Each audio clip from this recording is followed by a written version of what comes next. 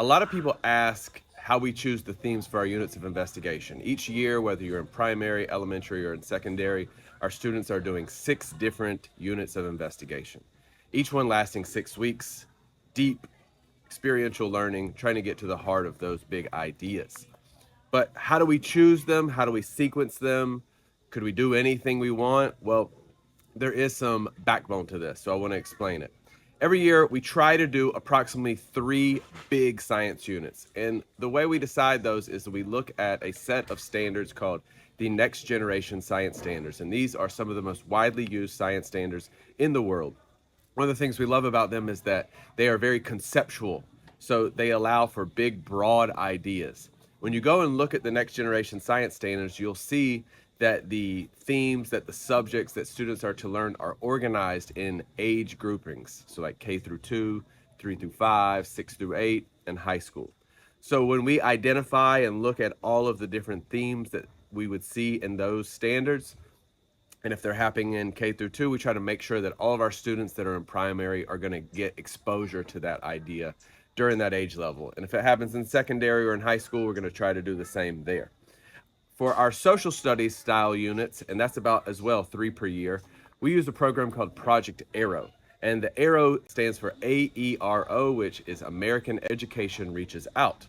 And instead of thinking that we are doing these American set of social studies standards like many international schools, we're not doing that at all. One of the things I love about Project Arrow is that it was built many, many years ago by some schools that realized that they had these international schools set up in countries around the world, but that they were often offering like the same curriculum or the same set of textbooks that would have been offered back in the US. And it didn't make any sense. Like imagine if you're sitting in Saudi Arabia or Japan or Germany and you're learning about only American culture instead of your own.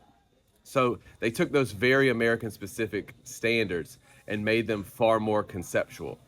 An example would be instead of learning Eli Whitney, who's a famous inventor from the United States, you would learn how innovation impacts society. And so if you're located in the Dominican Republic or in England or France, you could also study your own culture, your own area, and focus on innovators in that society.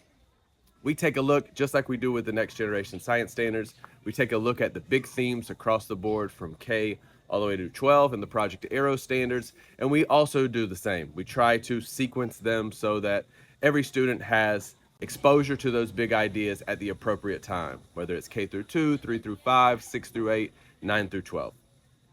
We also make sure that over the course of the last 4 years of high school, that those science standards give a mix of the various styles of science. Because sometimes when you're off to university, it's very important that you've had exposure to the 4 main areas of science, which are biology, chemistry, physics, and earth or environmental science.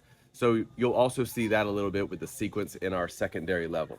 And at the end of the day, what matters most is that our students are diving deep, learning a lot. We like to often think that each of those themes could be a future university major or a career. We have a lot of flexibility in being able to come up with really cool, interesting ideas for our students based on their unique needs and how the world changes. So we've done units on data science. We've done units on ancient Rome. We're doing one on philosophy. We're doing another on light this year.